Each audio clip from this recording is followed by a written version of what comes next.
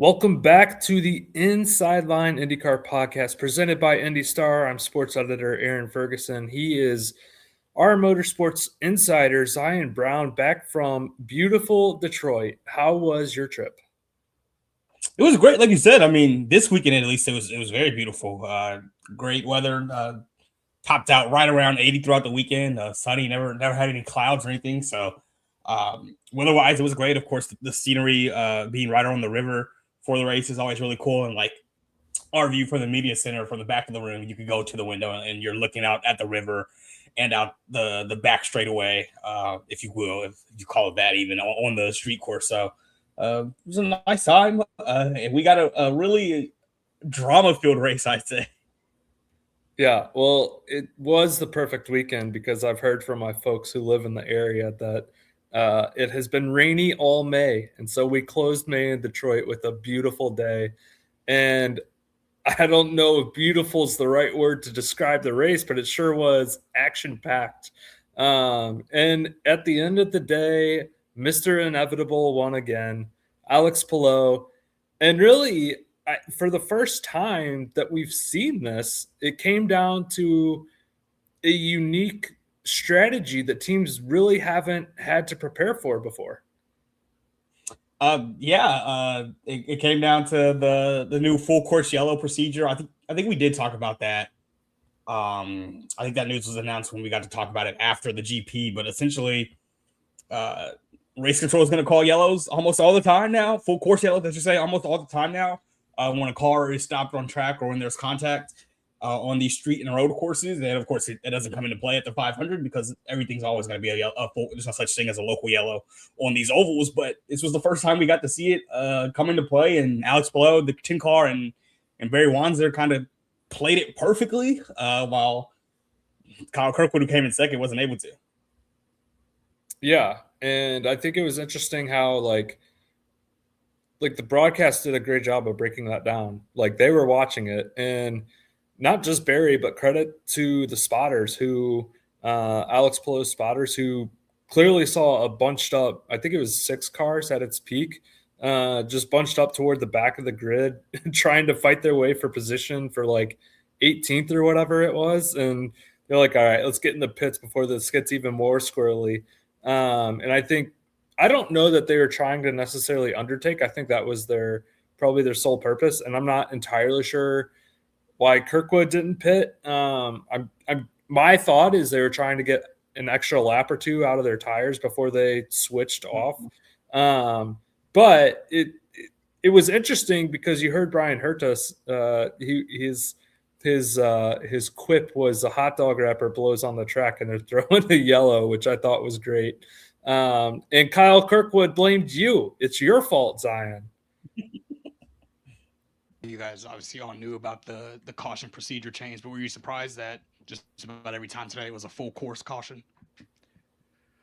Not really, to be honest. When you get ridiculed and criticized so much by the media, the drivers, everyone involved, I think that's what you expect from race control is to throw cautions when there's incidents, right?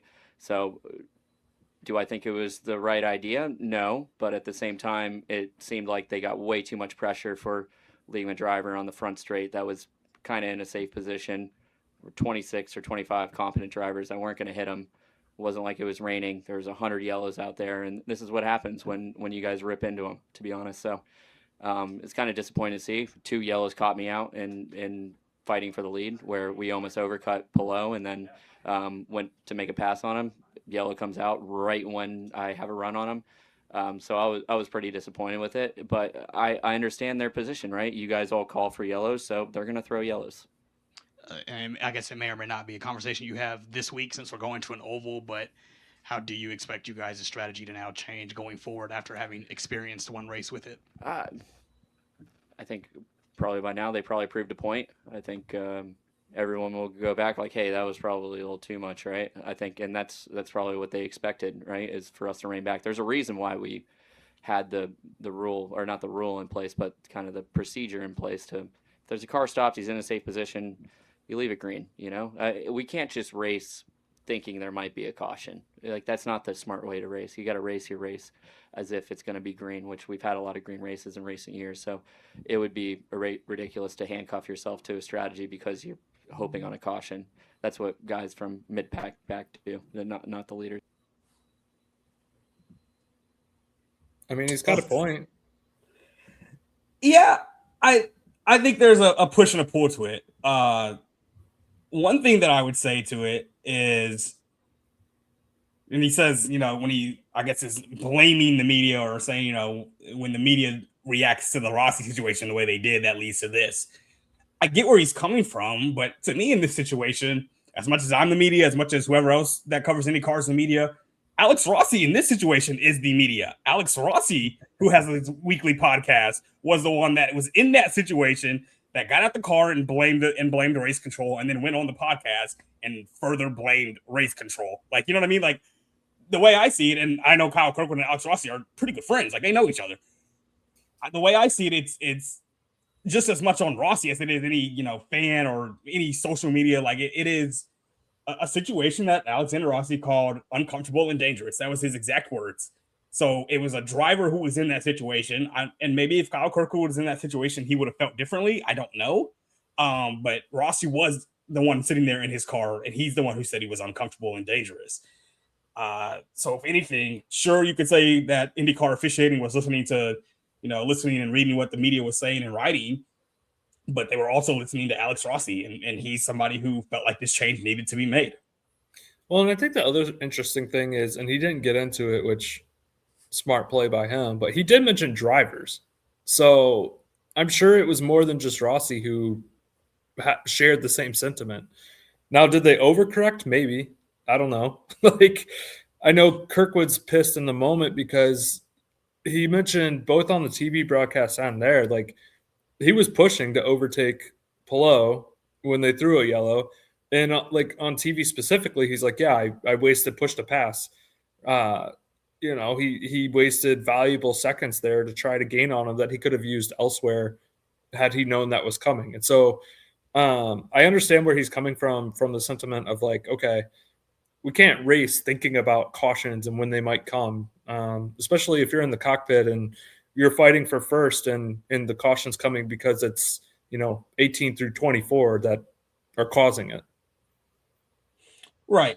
And I don't know if in the cockpit you're supposed to race and consider that, but I do think that is, in some ways, like you mentioned, the responsibility of your spotter, of your strategist, and just going into a race. That's why that's why I didn't cut it off after the first answer he gave. I wanted to put it in that second part when he talked about how he essentially doesn't really expect to change his strategy going forward because he thinks, like you said, it was an overcorrection and that it'll, find a middle ground is the word Brian Herta used. But I don't know. I just feel like it's one thing to complain about the procedure change, right? You can disagree with it, which when they announced it, we didn't hear anything from any driver. I don't think that disagreed with it. Everybody was kind of like, yeah, that what happened with Rossi was bad, blah, blah, blah. So you can disagree with it, but the procedure change has happened. They had a drivers meeting, I believe, on a Friday morning where they kind of explained it to all the drivers. Hey, this is how we're going to do things. At that point, what you think about the rule, in my opinion, is useless. It doesn't matter what you think about the rule. You can be upset about it, but you were in the same drivers meeting that everybody else was in. I don't think there's such thing as a strategist meeting, but I'm sure Brian Herta and Barry Wanzer are on the same email list. They adjusted and they figured it out. And as good as Andretti was this weekend, as far as pace goes, right? Like I would say they had the fastest cars on this street. Alex Palou and that 10 car won again because of strategy. And so I think there is, you can be upset about how it's gone or how it went in the first race with the new procedure, but at the same time, you knew what was coming and one team just prepared for it a little better than the other.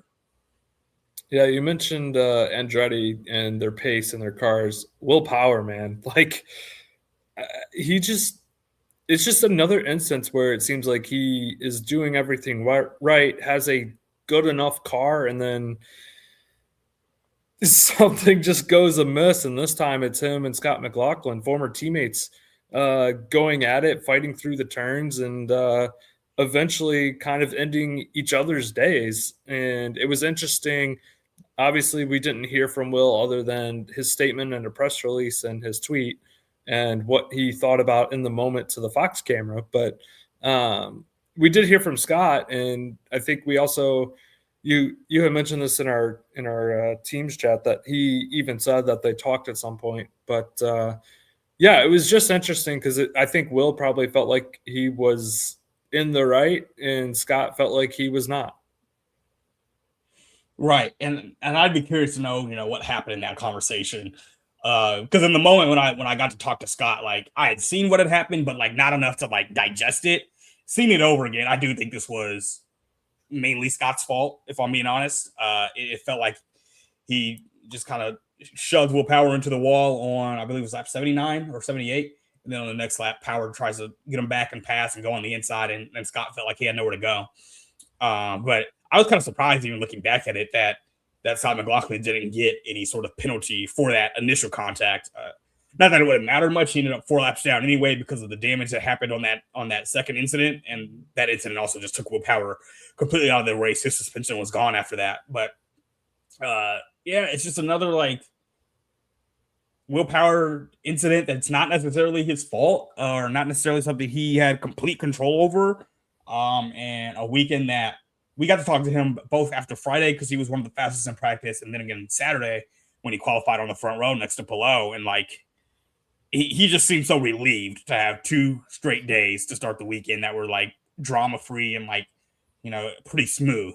And then for it to go from that, and I kind of asked him about like, hey, is there like any stress because there has been all this bad luck this year? Is there stress going into the race about what could go wrong? And he talked about how a little bit, yes, basically was his answer. And then this happens, and he wasn't going to contend with Kirkwood or Palou at that point of the race anyway, but it knocked him out of a chance to be back on the podium. And so you look at it now with Will Power, still just that 1 top 10 finish through 8 races in this first year with Andretti, and then Scott McLaughlin also having his worst finish of the year because of this. But there was one highlight for Penske, which I think is it's really fascinating because like the broadcast, I think everybody was like, why is Joseph Newgarden racing early in the race when it just looked like he was just struggling to fight through it, and then ends up being the biggest mover and ended up being the bright light for Team Penske. Yeah, like you said, those first, I don't know, 5 to 10 laps of the race, we were all just sitting there like, I mean, I was sitting there as like, is he just going to get out the car? Like, it didn't even feel worth it for him to try to continue the next 90 laps. Mm-hmm. But we see some of those cautions and some of those incidents start to take cars out, and it's a really great testament to the strategy. They were pitting at the right time and getting out at the right times too. And yeah, he got through this race, but man, he was in a lot of pain. Like talking to him, the whatever 2 minutes we got with him after the race, there outside his pit box, you could just tell he had just gone through it basically in that 2 hours of time that they were on track. And it's so interesting, right? I probably should have clipped this too, but the comments he made about if they wanted to win this race with the 2 car, they probably would have taken me out the seat. I thought that was interesting.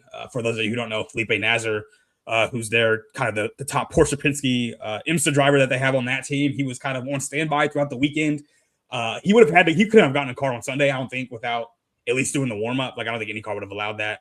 Of course, you have to pass like some sort of medicals as well, anyway, which I assume he would pass, considering he's passing whatever IMSA's medicals are. So, but he stuck around after the IMSA race on Saturday night, even though the IMSA paddock had cleared out by then. But he stuck around just in case they may have needed him. And then during the race on Sunday, Felipe Nasr was kind of going from Penske pit box or Penske timing stand to timing stand. He wasn't just standing kind of right outside of New Gardens like he was earlier in the weekend. But yeah, I don't know. That's about as dejected as I've seen Joseph Newgarden.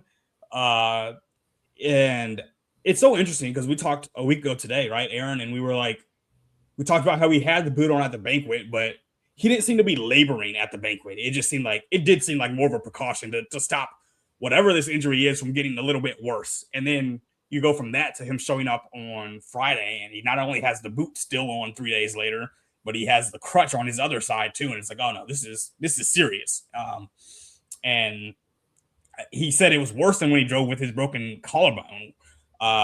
And I don't know if that means worse. I assume that means just in the car. Like I feel like a broken collarbone just from a day-to-day perspective would probably hurt more than whatever his foot injury is. But you look at Joseph Newgarden and the seasons he's had, he had so much optimism after Phoenix, but now it's just kind of like, hasn't gone great. The 500, which obviously you come in thinking Newgarden's a contender every year, that ended with the crash. And then we're going to this place now in Gateway where he's won 5 times, but I don't think there's any reason to believe he can win this race this week with what he's dealing with, you know? So it was great to see that he finished the race in a sense and that he got up to 10th place, but also at the same time, you look at it and you're just like, this year, this kind of critical year with him with Team Penske is not going nearly the way it needs to go.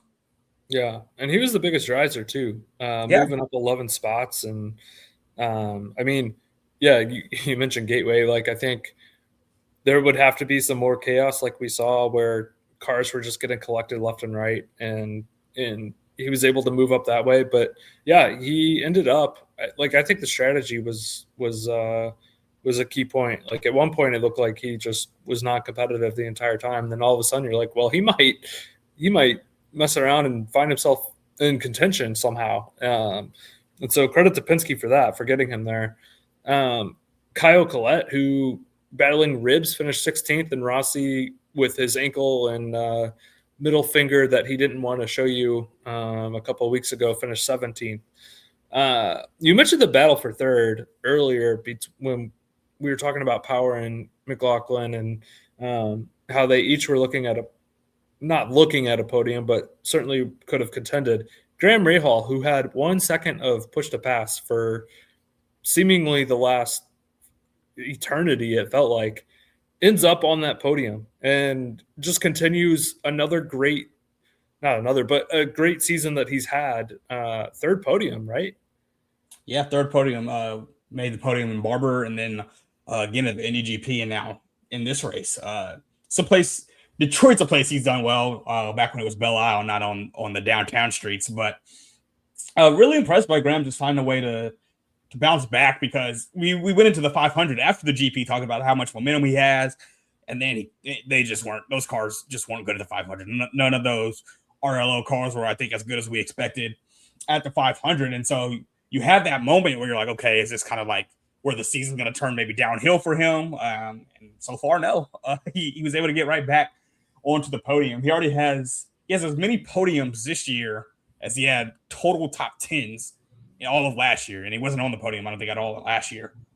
So definitely a good bounce back year for Graham Rahal. He's now up to 9th in the standings, and he is right on the tail of those 2 Penske guys ahead of him in Joseph Newgarden and Scott McLaughlin. So it's been a really good year for Joseph Newgarden, considering what the last, I think 4 years essentially have been, which is it's not been at the level he was used to early in his career. So it was impressed to see him get into that top 3, onto that podium. And he talked about the McLaughlin Power situation in his presser. He was like, yeah, it was great. Those guys were going 5 rounds with Tyson, and it kind of cleared the way for me. And I thought that was really funny. But once again, strategy-wise, just kind of staying out the way was kind of the big thing in this race. We saw Palou and Kirkwood able to do that. We talked about Newgarden and also with Graham Rahal. Even after Kiffin Simpson got into his rear early on in the race, Graham was able to make his way back up and still get to the podium. Yeah, Graham wasn't happy about that either. Yes, talk about middle fingers. Did you see this video where he was doing a pit stop and he gave the middle finger toward the 8 crew? I did not, but I heard his radio. Yeah. So somebody posted his onboard yesterday, and yeah, whichever was his first pit stop after that happened, as he drove by Kiffin Simpson's pit box, he showed a middle finger. Which is funny. He was spicy early in the race, and then at the end, he's there cracking jokes, probably because he ended up on the podium. But yeah, it was funny him mentioning his view of McLaughlin and Power too on the TV broadcast, and then Bobby was there, and Graham said that all his daughters were there for the first time that he could remember. And so very special moment for him and his family. Not as great for Mr. Dixon, who what's interesting, well, I don't know about interesting, but both him and Will Power fell 20 spots. Power was second, finished 22nd. Dixon was fourth, finished 24th. And I think it was interesting that another joyous hybrid failure, in the words of Scott Dixon. He also mentioned that it happened so early in the race and they just kept going through it, which kind of blows my mind. Yeah, that was it wasn't a long interview. What was it? Maybe 30 seconds when he talked to Fox, but boy, he got his punches in that 30 seconds. It's a weird situation. Like you were watching from home and you probably didn't even like realize that he was out of the race because it was just it happened during a break and then Fox did not. I know they probably wanted to wait to get to him to talk to him, but like they didn't do a great job of even like mentioning that he was out of the race. But I'm sitting there because we get the international broadcast where you can still see it during the breaks. I'm sitting there, I was like, whoa, what happened? Like he was top 10, maybe close to top 5 when that happened. I was like, whoa, what just happened to Scott Dixon? And yeah, he ends up going on TV and talking about the hybrid failure and how that messed up his race. But we see it. I feel like we see it at least once a week. Unfortunately, this hybrid issue and somebody criticizing it, and it's at a point where it's like, okay, obviously as we get to 2028 in this new car, they have to clean up whatever is the issues with these hybrids that's causing them to go out and causing cars to shut off and engines to shut off. But they have to figure this out going into 2028.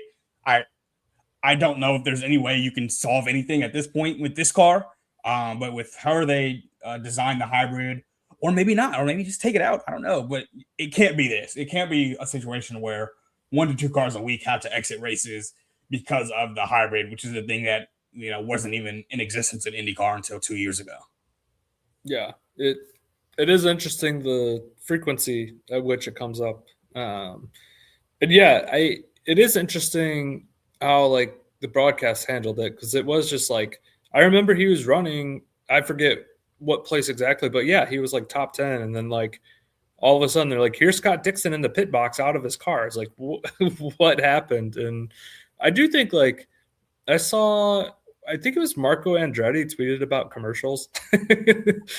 So it's great to feel like, yeah, he's one of us complaining about how frequent and how like, I felt like it ended up working out okay, but I felt like a lot of the commercials were like at inopportune times when it was right before a big pit exchange. It ended up not being that way, but I was like, man, like you guys are talking about like pit windows and we're going to commercial right before the big pit window. Like it doesn't, they timed it well, better than, I thought, but yeah, it was just, I don't know. It was weird. Yeah. And you can't time something like what happened. They don't know that his day's about to end, but I just feel like, I thought for me when I was watching it, I was like, okay, coming out, that's going to be the first thing out of the break, and it wasn't. They just went back to what was going on with the leaders, and I was like, whoa, we have an explanation here, so it was weird. Yeah, hybrid issues to Honda locking out the podium at Chevy's race, and Chevy having, what did it end up being? Was it 7 or 8 engine changes? It was 8 engine changes on 7 cars because Christian Lundgaard had his changed twice. That's right. Yeah. And really like Chevy had several engine changes at the 500 as well. And it just seems like something's going on there. Yeah, we finally got to actually hear from General Motors president Mark Roos. He came on Fox's broadcast during the warm-up. And I definitely appreciate Fox. I think that interview probably was planned because it was the Chevy Detroit Grand Prix, but I appreciate that he was willing to answer these questions about it. I think it was Buxton that asked. I appreciate that Buxton asked, that he actually answered and said it was a supplier issue. It's an issue with the valve and the valve guides, and that the coating on them was kind of coming off as fatigue happened, and that was causing these engine failures. But it was wild to see on Saturday. It was VK. Then it was Christian Lundgaard during practice. Stingray Robb didn't even get onto the track during practice because of whatever was going on with his engine. So all 3 of those engines get changed in between practice and qualifying. And then after qualifying at night, we learn, let me get this right, Lundgaard, Pato O'Ward, Nolan Siegel, Joseph Newgarden, and David Malukas all got theirs changed as well. And I think Malukas I didn't get complete clarity, but his might have been a part of his crash that he had in qualifying too, so I'm not quite sure what happened there. But to have to change, like you said, 8 engines in one day, not ideal. and certainly concerning. And I know we'll get to this team in a second, but I do think there is kind of a gap right now between Honda and Chevy. And Pato had some very interesting comments to me that he just seems really, this whole month he has seemed frustrated with whether it's the build of his cars from Aaron McLaren or any engine issues or the efficiency of his engines compared to the Honda engines. And right now we're at a point where 6 of the 8 races have been won by Honda, including the 500, the biggest race. And I think it's also 6 of the 8 poles as well have been won by Honda. And like you said, the podium was 3 Hondas in Chevy's backyard here. Do you think this is like a long-term, like season-long issue, or do you think we're going to get to a point where they're past this and we're good? I don't know. I would hope that they're past it, that if what Mark Ruth said on TV is correct, it was just a supplier issue, like essentially a bad batch in a sense, and that they'll get the valves and the valves coating right, and that it won't be an issue. But even if it's not an engine failure issue, my question is, are the Honda engines really just that much more efficient and that much faster and just easier to drive than the Chevy engines, whether it's a engine failure or just in general? That's a big deal. And you look at, like, if you're a free agent this year, obviously there's only so many spots to take anyway. So, if you're not necessarily a top-notch free agent, you're not going to really get to pick your choice as far as which engine you're driving next year. But if you are somebody who's like, hey, next year's a big year because we're going into the new car, and you're looking at it, and I'd say Christian Lundgaard, who we know is a free agent, and he's talking to a Honda team and he's talking to Aaron McLaren, and maybe the only difference for him is I just feel more comfortable maybe switching over to a Honda engine. Like I feel like that could be a thing. Once again, there's only so many spots to go around. Christian Lundgaard's one of the top-notch free agents that'll probably have his choice between 2 or 3 teams. Most free agents won't, but that's something to consider, I would assume, if you're in his situation or in another situation like that. Yeah, although my rebuttal to that would be it depends how long the term sheet is for the contract, because we're going to have a new car, so this may all be a moot point in 2028. Speaking of Papaya, I threw this on the rundown because I thought, even though they didn't podium, like, I still thought they actually ran a pretty good race overall. Pato O'Ward finished 4th, Christian Lundgaard finished 5th, and Nolan Siegel finished 15th, but he was like looking at a top 10 until they had a like 10 or 11 second pit stop. I think Aaron McLaren, which did not have a great month of May and really has kind of had their struggles. Well, Lundgaard did win the GP, but I think that overall, like, the season, they've just had they've been competitive, but I don't think they've been, like, I don't know. It just seems like something is amiss. Like, I don't know. Like, it's hard to say because Palou has just been so dominant. But yeah, I just feel like Pato, you mentioned, hasn't seemed happy. It just seems like there's something with this team where they're just missing like that extra gear to really contend for an IndyCar championship right now. Mm-hmm. But I thought the races they ran in Detroit were a positive step forward. Yeah. Where do I want to start? I'll start with Christian Lundgaard and the 7 crew. Kudos to that crew that had to change 2 engines in one day and still was able to get them to qualify well after doing it first before qualifying on Saturday. And then they still ran a very good race on Sunday after changing the engine on Saturday night. So really a hat tip to that crew for not letting whatever was going on with the Chevy engines derail their weekend in the way that it certainly could have. And I wouldn't have blamed them if it did derail their whole weekend. So another strong street course performance for him. And then I'll go to Nolan Siegel too. It's not that he's not top 10 like Tony Kanaan wanted. So, if Tony Kanaan sticks true to his word, it appears Nolan Siegel will be out of that seat. But I will say these last 4 races, he's been in the top 15 each time. Last weekend was his best finish in the 500 in the 3 times he's done it, or the 2 times rather he's done it. So it's not like it was at the beginning of the year when he was in the 20s every single weekend. And it was just like, man, this is bad, right? He's improved as the years gone on. And it's worth reminding people he's still 21 years old. Like, this is a growing and a learning process for him. And like you said, I think this is probably tracking toward a top 10, maybe top 7 or 8 finish, if not for that poor pit stop at the end. So kudos to him. And then you go to Pato, and boy, he's been addicted to that 4th place finish this year. I don't know what it is. That's his 3rd 4th place finish this year. He hasn't been on the podium yet, and the way I see it is like if we go to Gateway, a place he's had success, and he can't get on the podium, then I will say it's a cause for concern. And again, to me, it's a cause for concern more broadly speaking, as far as Chevrolet and as far as Aaron McLaren go, than it is a Pato issue, right? Like, you listen to Pato talk after these races or after these qualifying sessions, and he doesn't sound like somebody who feels like it's a user error. That's the reason he's not been on the podium yet. Like he talked about how he just felt like the Hondas were, he was the main guy that talked about how he felt like the Hondas were just faster. Like, just straight up, he just felt like the Hondas were faster in Detroit, and that's why they swept the podium. This is a guy that's clearly frustrated. He was 2nd in the championship last year.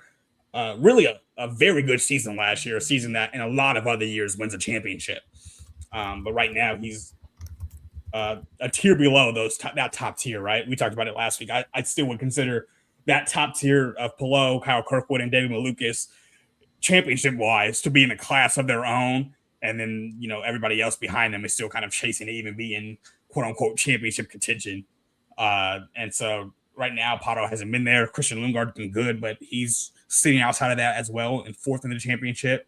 So I don't know what the solution is, but if we get to Gateway and he can't get on the podium, and we get to some of these other ovals and Pato is still, just right outside of the podium or just kind of on the outside looking in, then it is, to me, a cause for concern about what's going on specifically with that team.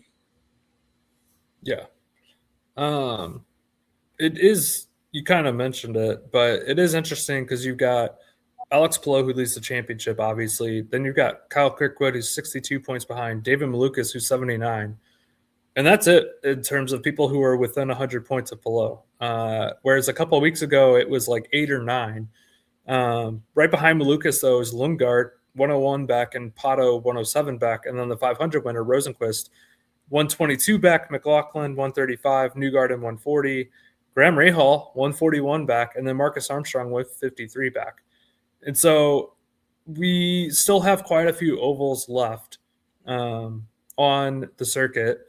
We still have, honestly, a lot of the season left. But I guess my question to you is, who would you say is the biggest threat to knocking Alex Palou out of the championship?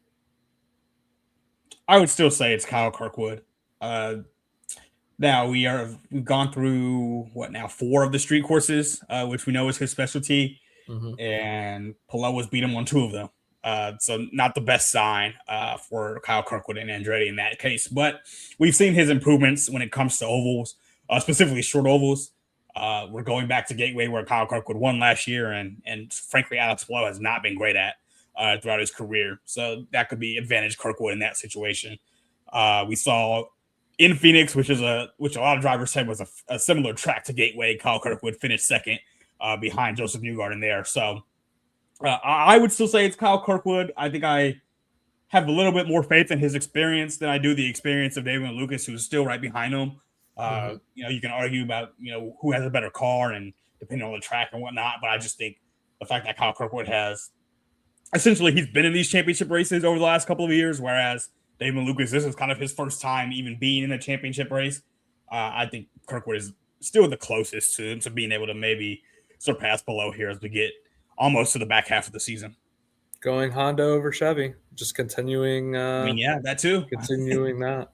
But it is interesting because as I was just running down the standings again, like 5 of the top 8 are Chevys. So I don't know. It's not like they're not performing. It's just, I guess they're not contending for the top spot. They're not competing for wins as much as you would like. And obviously this conversation is probably a little bit different if David Malukas crosses the line before Felix Rosenquist at the 500.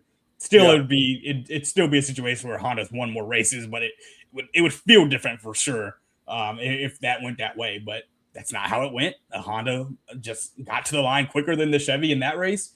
And like I said, it's a 6-2 edge right now in Honda's way, going Honda's way. The points manufacturer standings, it's a 103-point lead for Honda in that. So it's just been, those cars have just been better, like you said, at the top. Whether despite the Christian Lungards of the world and the Pato Awards who have had these week in and week out solid results, the guys competing for wins more often than not have been Honda cars. Interesting too that like Pato has 6 top 5s, and it just feels like he's not.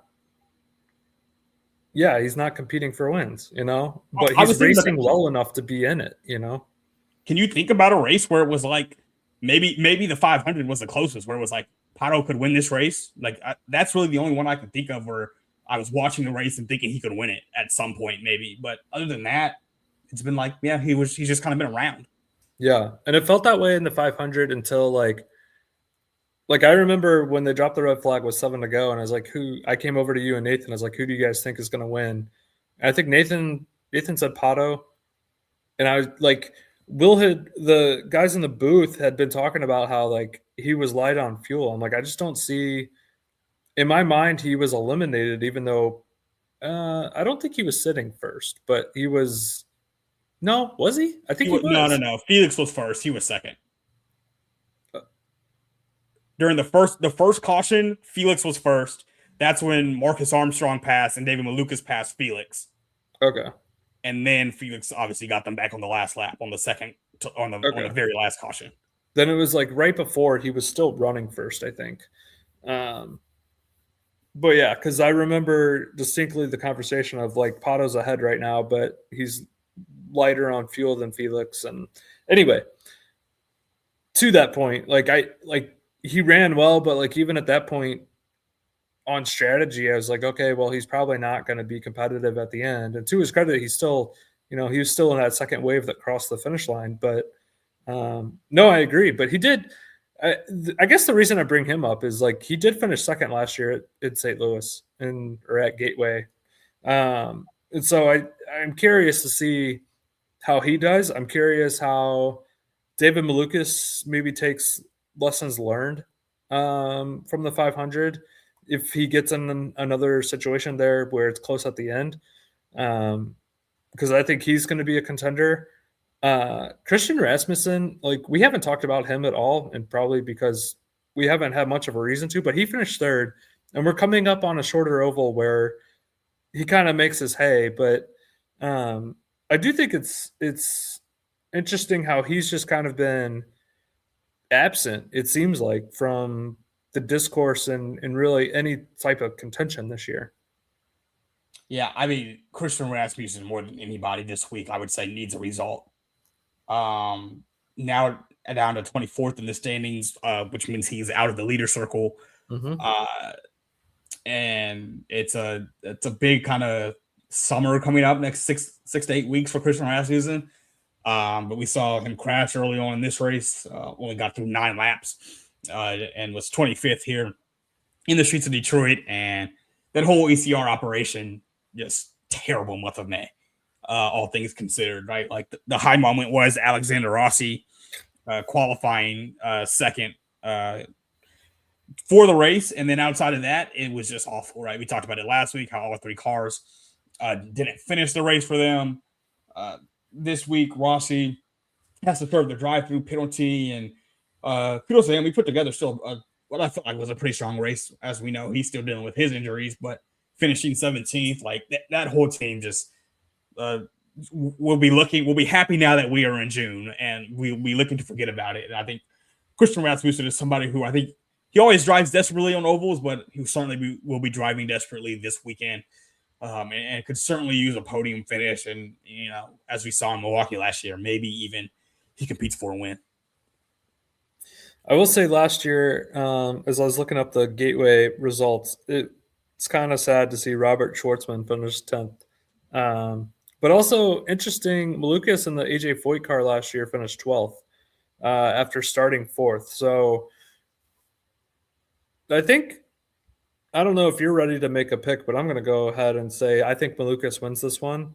I think I don't know, he runs well, and he's had, I think, a year in which he's proved himself worthy of the number 12, and I think he's finally gonna get a win. It's gonna come, and I think this is his time. I think he can exercise some of those demons from the 500, and I mean, Penske can't be locked out this long again. Yeah, I'm gonna make the same pick. I'm picking David Malukas. He did make some comments. I don't know if you saw these, probably not. I didn't get to talk to him after the race, but I believe it was front stretch. I got a couple minutes with him that kind of concerned me after the race, just about not driving with confidence on Sunday. And after a follow up about if the 500 had anything to do with that, he said he didn't think that was the case. He thought he just wasn't driving with confidence because of the crash that he had in qualifying on Saturday. But I don't know if he ever would have admitted that the 500 had, if it did have anything to do with not driving with confidence. I don't know if he would have admitted that.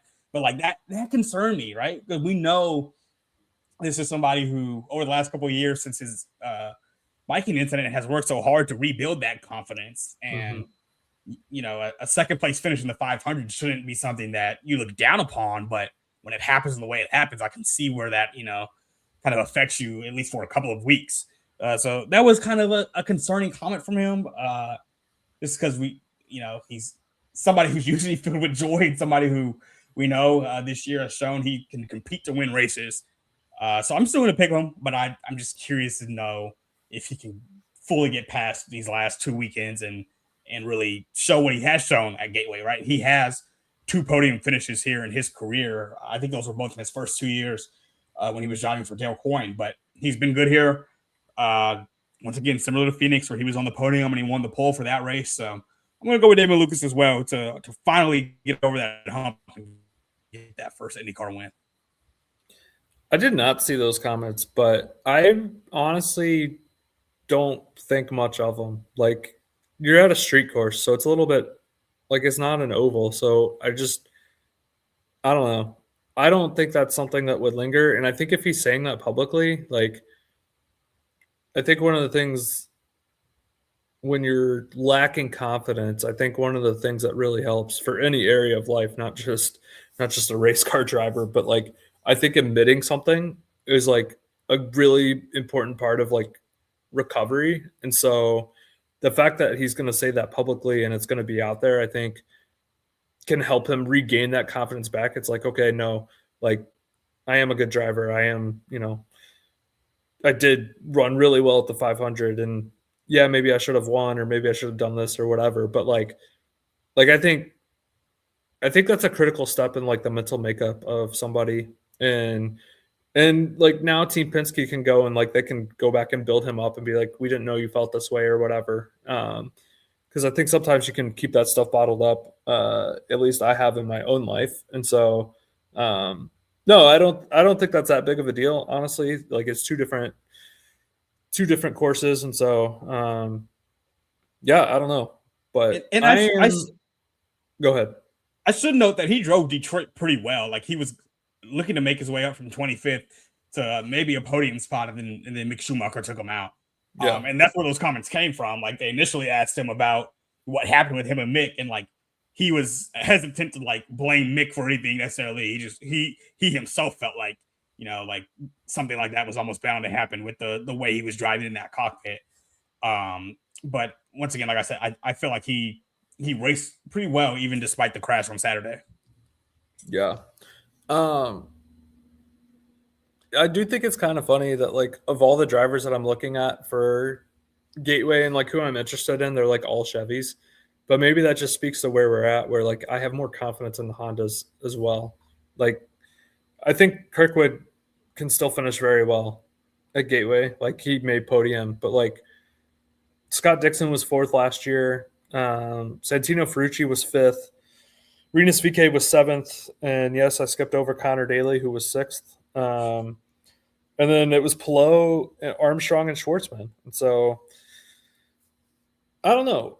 I do think like we didn't mention this, but like I think Meyer Shank had like a pretty good day in Detroit. Like for a minute there, it was like, oh, they might do something because they're on like a different strategy. And then Rosenquist finished 6th, and I want to say Armstrong, I have it pulled up, was 11th. Like I thought they ran a pretty good race, and it just kind of got overshadowed by everything else that happened late in the race.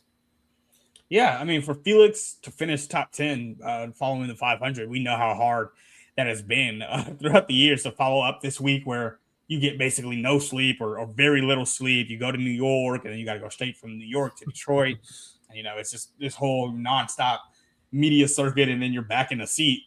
So for him to finish top 10, didn't qualify well, but for him to make his way up and finish 6th was very impressive. I believe it's the best follow-up performance since Takuma Sato in 2020.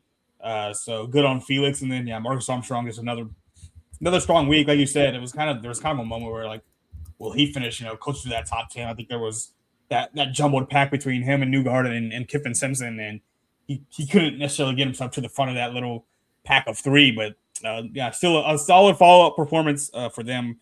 And I think it's one that, after the emotions that both of those cars and both of those drivers had after the 500, I think that team would take that any day of the week to come out of there with 2 top 11 finishes and then move on.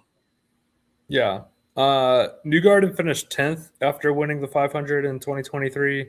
Ericsson was 7th in 2022. Those were both in Detroit. And then, Takuma Sato was 2nd and 9th at Gateway in 2020. So right, and then that's obviously different because that was COVID, so Detroit was later in the year, so he got to go to another oval to follow the 500 instead of going to the street course. Yeah. Anybody else you're like eyeing this weekend in St. Louis that we haven't mentioned? I would say willpower. Something will probably go wrong, but once again, I'm just going to keep making these comparisons to Phoenix, right? It was willpower and Rasmussen in Phoenix before it went wrong. So I'll throw his name out there. I don't know if the race will go well, but qualifying wise, I will look for, I'd say, all 3 of those RLL cars. Mick Schumacher has been so much better on ovals, and I think it's only been 2 ovals, but on the 2 we've seen, I think he's been a lot better than pretty much everybody expected. We already talked about Graham Rahal, and I think we maybe briefly mentioned Louis Foster and how we finished 7th, but he's kind of having his moment right now where he's kind of having, like I somewhat mentioned with Nolan Siegel, just like, hey, he's getting these better finishes week by week. So obviously he's not necessarily known as an oval guy, but I would just say watch out for all 3 of those cars at the very least in qualifying. Yeah, I think Louis is a great point. Like for the first month of the season, it was like, where is this guy? He was so, I don't know about good, but like he was so impressive as a rookie. Like I think he left a positive impression on a lot of people. It's just how he raced. And the first month of this year is just like, what happened? It just seemed like it had fallen apart. And now here he is, 2 of his last 3 races, he's finished 7th. So he's turning it around a little bit, probably regaining some confidence. And I'm curious to see how he continues forward this season too. Yeah, absolutely. It's kind of that, like, Graham's the dad, quote unquote, of the group, and like the other 2 are just trying to continue to get better week by week. And I feel like we've seen that in a sense with both. Maybe Louis more than Mick. Mick talks about, I feel like, every week how little sim time he's gotten, which I think has hurt, right, outside of the 500 sim, which a lot of people have said is not very good anyway. He hasn't got a lot of sim work, which has definitely hurt him, and he's last in the standings. But like I said, after what we saw in Phoenix with him qualifying wise, I think we could see something similar if they can get those short oval cars to the right spot. Yeah. That's all I got. You got anything else? No, I think the only other thing I wanted to add was when we talked about ECR. But other than that, maybe Rinus VeeKay also has a shout this week. Maybe he can contend for a podium. Yeah. That's about it for me. IndyCar or IndyStar TV IndyCar YouTube page. Go like and subscribe. Zion does his daily recaps. Also behind the scenes driver interviews. he talks to a lot of people, and I think almost every interview ends up there on the YouTube page. So go check that out. Like, subscribe, tell your friends. You can find all of our work at IndyStar.com. We would greatly appreciate your support there. And yeah, wherever you find your podcast, go tell a friend to tell a friend, and like and subscribe. And yeah, thanks for listening. We'll talk to you guys after St. Louis.